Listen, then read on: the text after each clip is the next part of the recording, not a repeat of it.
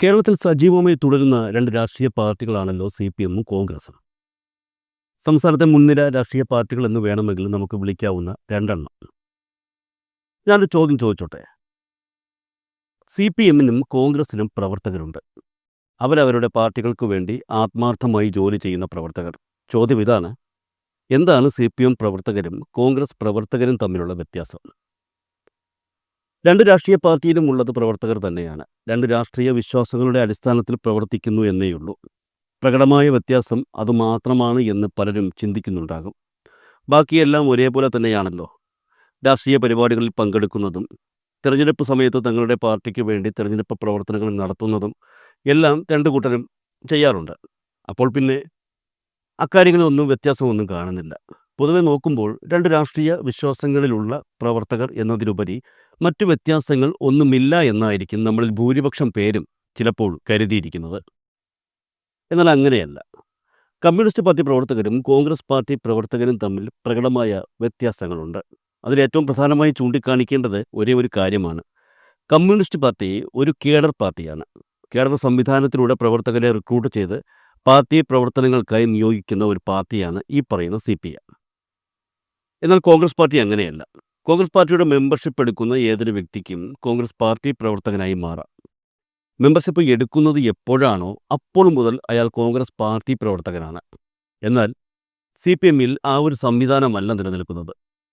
ഒരു വ്യക്തി C P M party പ്രവർത്തകനായി മാറണം എന്ന് ആഗ്രഹിക്കുന്നുണ്ടെങ്കിൽ അയാൾ ആദ്യം ചെയ്യേണ്ടത് അയാളുടെ ബ്രാഞ്ച് ഘടകത്തിലെ ഗ്രൂപ്പിൽ ഉൾപ്പെടുക എന്നുള്ളതാണ്. പാർട്ടി സംബന്ധമായ പ്രവർത്തനങ്ങളിൽ പാർട്ടി പ്രവർത്തകർ ഏർപ്പെടുന്നത് പോലെ ഗ്രൂപ്പിലുള്ള അംഗങ്ങളും സഹകരിക്കണം.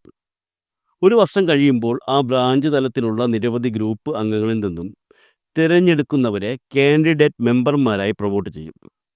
ഒരു ഫുൾ പാർട്ടി മെമ്പറുടെ എല്ലാ പവറും ഒരു കാൻഡിഡേറ്റ് മെമ്പർക്ക് ഉണ്ടാകുമെങ്കിലും പാർട്ടിയിൽ വോട്ടവകാശം മാത്രം കാണില്ല. കാൻഡിഡേറ്റ് മെമ്പർമാർക്ക് പാർട്ടിയിൽ വോട്ടവകാശം ലഭിക്കണമെങ്കിൽ വീണ്ടും ഒരു വർഷം കൂടി കഴിയണം. അയാളുടെ പ്രവർത്തനം വിലയിരുത്തി അയാളെ ഫുൾ മെമ്പറായി ഒരു വർഷം കഴിയുമ്പോൾ പ്രൊമോട്ട് ചെയ്യാം. അതോടുകൂടി അയാൾ പാർട്ടിയുടെ ഫുൾ മെമ്പറായി മാറും. അതായത് ചുരുക്കി പറഞ്ഞാൽ ഒരു ഫുൾ പാർട്ടി മെമ്പർ ഉണ്ടാകുന്നത് 2 വർഷം കൊണ്ടാണ്. ഒരു വർഷം അയാൾ ഒരു ഗ്രൂപ്പിലും 2-ാം വർഷം അയാൾ കാൻഡിഡേറ്റ് മെമ്പറായും പ്രവർത്തിച്ച ശേഷം 3-ാം വർഷമായിരിക്കും ഇദ്ദേഹം ഫുൾ മെമ്പറായി മാറുന്നത്. അത്തരത്തിൽ വളരെ കഷ്ടപ്പെട്ടാണ് ഓരോ പാർട്ടി മെമ്പർമാരും കമ്മ്യൂണിസ്റ്റ് പാർട്ടിയുടെ ബ്രാഞ്ച് തലത്തിലേക്ക് കടന്നു വരുന്നത്. അതുകൊണ്ട് തന്നെയാണ് അങ്ങനെ ലഭിക്കുന്ന പാർട്ടി മെമ്പർ സ്ഥാനം മിക്കവാറുമുള്ള ആരും കളയാൻ നോക്കില്ല എന്നുള്ളതും. അതുതന്നെയാണ് ഒരു കേഡർ പ്രസ്ഥാനത്തിൻ്റെ മേന്മയും. എന്തുകൊണ്ട് കോൺഗ്രസിൽ നിന്നും കൂടുതൽ പേർ ബി ജെ പിയിലേക്ക് പോകുന്നു, അല്ലെങ്കിൽ മറ്റു പാർട്ടികളിലേക്ക് പോകുന്നു, സി പി എമ്മിനുള്ളിൽ അത് സംഭവിക്കുന്നില്ല എന്നുള്ള ചോദ്യത്തിന് പ്രധാന ഉത്തരം കൂടിയാണ് കമ്മ്യൂണിസ്റ്റ് പാർട്ടിയുടെ കേഡർ സ്വഭാവം. സാധാരണ പണം നൽകി മെമ്പർഷിപ്പ് എടുക്കുന്ന കോൺഗ്രസ് പാർട്ടിയിൽ ജനിച്ച് വളർന്ന് പ്രവർത്തിച്ച് ജീവിച്ചു കൊണ്ടിരുന്ന ഒരാൾ, അതായത് പി വി അൻവർ, കേരള സ്വഭാവത്തിൽ മുന്നോട്ട് പോകുന്ന സി പി എമ്മിലേക്ക് വന്നാൽ എന്തായിരിക്കും സംഭവിക്കുന്നത്? ഒന്നുകിൽ അയാൾ സി പി എമ്മിനെ ഉൾക്കൊള്ളും, അല്ലെങ്കിൽ അയാൾ കളഞ്ഞിട്ട് പോകും. സി പി എമ്മിനെ ഉൾക്കൊള്ളണമെങ്കിൽ ഈ പറഞ്ഞതുപോലെ കുറഞ്ഞത് ഒരു 3 വർഷമെങ്കിലും വേണ്ടി വരുമായിരുന്നു. പക്ഷെ 3 വർഷമല്ല, ഏകദേശം 6-8 വർഷമായി. എന്നിട്ടും അൻവർ സി പി എമ്മിനെ ഉൾക്കൊണ്ടില്ല. ഇവിടെ പി വി അൻവറിന് സി പി എമ്മിനെ ഉൾക്കൊള്ളാനുള്ള സമയമില്ലായിരുന്നു എന്ന് പറയുന്നതാണ് ശരി. മെമ്പർഷിപ്പ് എടുക്കാതെ തന്നെ സി പി എം സംസ്ഥാന കമ്മിറ്റിയിൽ താൻ എത്തുമെന്ന് പി വി അൻവർ വിശ്വസിച്ചിരുന്നു എന്നാണ് എനിക്ക് തോന്നുന്നത്. അല്ലെങ്കിൽ പിന്നെ പാർട്ടിയെ വെല്ലുവിളിച്ചു കൊണ്ടുള്ള പല നീക്കങ്ങളും പുള്ളിക്കാരൻ ഇത്തരത്തിൽ നടത്തുമായിരുന്നില്ല. എന്തായാലും ഇപ്പോൾ പി വി അൻവറിൻ്റെ കാര്യങ്ങൾക്ക് ഒരു തീരുമാനമായിരിക്കുകയാണ്. ഇനി കേരളത്തിലെ രാഷ്ട്രീയം താൻ നിയന്ത്രിക്കുമെന്ന് പറഞ്ഞ് സി പി എമ്മിനെ വെല്ലുവിളിച്ച പി വി അൻവറിനെ ഇപ്പോൾ ഏതെങ്കിലും ഒരു സാധാ രാഷ്ട്രീയ പാർട്ടിയുടെ ഓഫീസിൻ്റെ വരാന്തയിൽ ഒന്ന് കയറി നിൽക്കാൻ സമ്മതിച്ചാൽ മതി എന്നാണ് പറയുന്നത്. ഞാൻ നേരത്തെ പറഞ്ഞതുപോലെ ഒരു സാധാ പാർട്ടി മെമ്പറും ഒരു കേഡറും തമ്മിലുള്ള വ്യത്യാസമാണ് പി വി അൻവറും സി പി എമ്മും തമ്മിലുള്ളത്. എന്തായാലും ഇപ്പോൾ പുറത്തു വരുന്ന വിവരങ്ങളനുസരിച്ച് പി വി അൻവർ ഇപ്പോൾ നിൽക്കുന്ന തൻ്റെ പാർട്ടിയായ തൃണമൂൽ കോൺഗ്രസ് വിടുമെന്ന് ഏകദേശം ഉറപ്പായി കഴിഞ്ഞിരിക്കുകയാണ്. അൻവർ തൃണമൂൽ കോൺഗ്രസിൻ്റെ പരിപാടികളുമായി 2 ദിവസങ്ങളായി സഹകരിക്കുന്നില്ല എന്നുള്ള വിവരങ്ങളാണ് ഇപ്പോൾ പുറത്തു വരുന്നത്. നിലവിൽ പുറത്തു വരുന്ന വിവരങ്ങൾ അനുസരിച്ച് തൃണമൂലിൽ പി വി അൻവർ ഒരു വശത്തും മറ്റു നേതാക്കൾ മറുവശത്തുമായി നിൽക്കുകയാണ് എന്നാണ് വിവരം. യു ഡി എഫുമായി വിലപേച്ച് തൃണമൂൽ കോൺഗ്രസിനെ യു ഡി എഫ് മുന്നണിയിൽ ഉൾപ്പെടുത്താൻ ശ്രമിച്ച പി വി അൻവറിനെ കൺവീനർ സ്ഥാനത്ത് നിന്നും മാറ്റണമെന്ന് ഓൾ ഇന്ത്യ തൃണമൂൽ കോൺഗ്രസ് സംസ്ഥാന കമ്മിറ്റി പാർട്ടി ദേശീയ നേതൃത്വത്തോട് ആവശ്യപ്പെട്ടിരിക്കുകയാണ്. സംസ്ഥാന പ്രസിഡന്റ് CG ഉണ്ണി കഴിഞ്ഞ ദിവസം ഇക്കാര്യം മാധ്യമങ്ങളെ അറിയിക്കുകയായിരുന്നു. രാഷ്ട്രീയമായി ഒന്നുമല്ലാതായപ്പോൾ അൻവറിന് അഭയം നൽകിയ പാർട്ടിയാണ് തൃണമൂൽ കോൺഗ്രസ്. ആ പാർട്ടിയെ തകർക്കാനുള്ള ശ്രമങ്ങളാണ് അൻവർ നടത്തുന്നത്.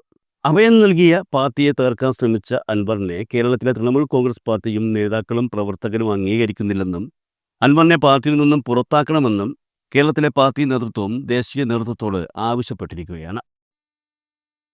നിലമ്പൂർ ഉപതെരഞ്ഞെടുപ്പിന്റെ പേരിൽ UDFുമായി വിലപേശൽ നടത്തി പാർട്ടിയെ പ്രതിസന്ധിയിലാക്കാൻ ശ്രമിച്ച PV അൻവറിനെ സംസ്ഥാന കൺവീനർ സ്ഥാനത്തു നിന്നും മാറ്റാൻ തങ്ങൾ ദേശീയ നേതൃത്വത്തെ സമീപിച്ചിട്ടുണ്ട് എന്നും CG ഉണ്ണി പറയുന്നു. UDFിലേക്ക് സ്വയം ഒതുങ്ങാനുള്ള അൻവറിന്റെ ശ്രമങ്ങൾ തൃണമൂൽ കോൺഗ്രസിന്റെ നയത്തിന് വിരുദ്ധമാണെന്നും പുതിയ സംഭവ വികാസങ്ങളുടെ പശ്ചാത്തലത്തിൽ തൃണമൂൽ കോൺഗ്രസ് ദേശീയ നേതൃത്വം 2 നിരീക്ഷകരെ കേരളത്തിലേക്ക് അയക്കുമെന്നും CG ഉണ്ണി പറയുന്നുണ്ട്. ഇത്തരത്തിൽ PV അൻവറിനെതിരെ ഗുരുതരമായ ആരോപണങ്ങൾ ഉന്നയിച്ചുകൊണ്ടാണ് തൃണമൂൽ ദേശീയ നേതൃത്വത്തിന് കേരളത്തിൽ നിന്നും പരാതി പോയിരിക്കുന്നത്.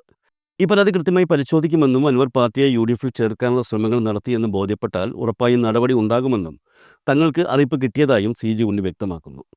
ഇത് തൃണമൂൽ കോൺഗ്രസിൽ ഒരു വശത്ത് സംഭവിക്കുന്ന കാര്യങ്ങളാണ്. ഇനി മറുവശത്തോ? അത് ഇതിനേക്കാൾ രസകരമാണ്. ഇപ്പോൾ മനസ്സിലാക്കാൻ കഴിയുന്നത് PV അൻവർ തൃണമൂൽ ദേശീയ നേതൃത്വത്തിൻ്റെ അനുവാദമില്ലാതെയാണ് കേരളത്തിലെ തൃണമൂൽ കോൺഗ്രസിനെ UDFിൽ ചേർക്കാൻ നോക്കിയത് എന്നുള്ളതാണ്. എന്നാൽ UDF അത് നിരാകരിക്കുകയും കോൺഗ്രസുമായി യാതൊരു ബന്ധവും വേണ്ട എന്ന് തീരുമാനിക്കുകയും ചെയ്തു.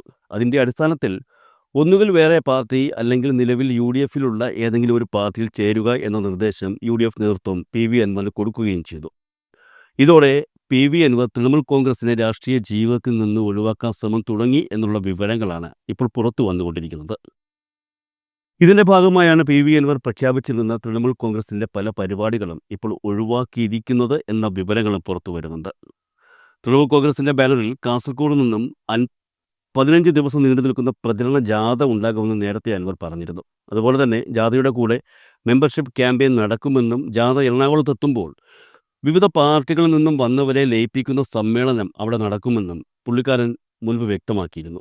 1 ലക്ഷം പേരെ പങ്കെടുപ്പിച്ചുകൊണ്ട് കോഴിക്കോട് റാലി നടത്തുമെന്നും ആ റാലിയുടെ ഉദ്ഘാടനം മമതാ ബാനർജി കേരളത്തിലെത്തി നടത്തുമെന്നും അൻവർ നേരത്തെ പ്രഖ്യാപിച്ച കാര്യങ്ങളിലൊന്നായിരുന്നു.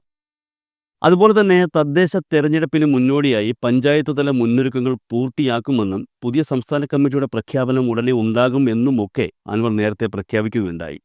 ഈ സംഭവങ്ങളെല്ലാം അൻവർ ഇപ്പോൾ മറന്ന മട്ടാണ്.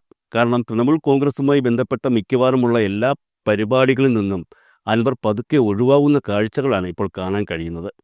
ചുരുക്കി പറഞ്ഞാൽ തൃണമൂൽ കോൺഗ്രസിൽ നിന്നാൽ ഒരിക്കലും UDFിൽ പ്രവേശനം ലഭിക്കില്ല എന്ന തിരിച്ചറിവ് ലഭിച്ചതോടെ പൂർണ്ണമായും പാർട്ടിയെ ഒഴിവാക്കാൻ തന്നെയാണ് PV അൻവർ ശ്രമിക്കുന്നത് എന്നുള്ള റിപ്പോർട്ടുകളാണ് ഇപ്പോൾ പുറത്തു വരുന്നത്.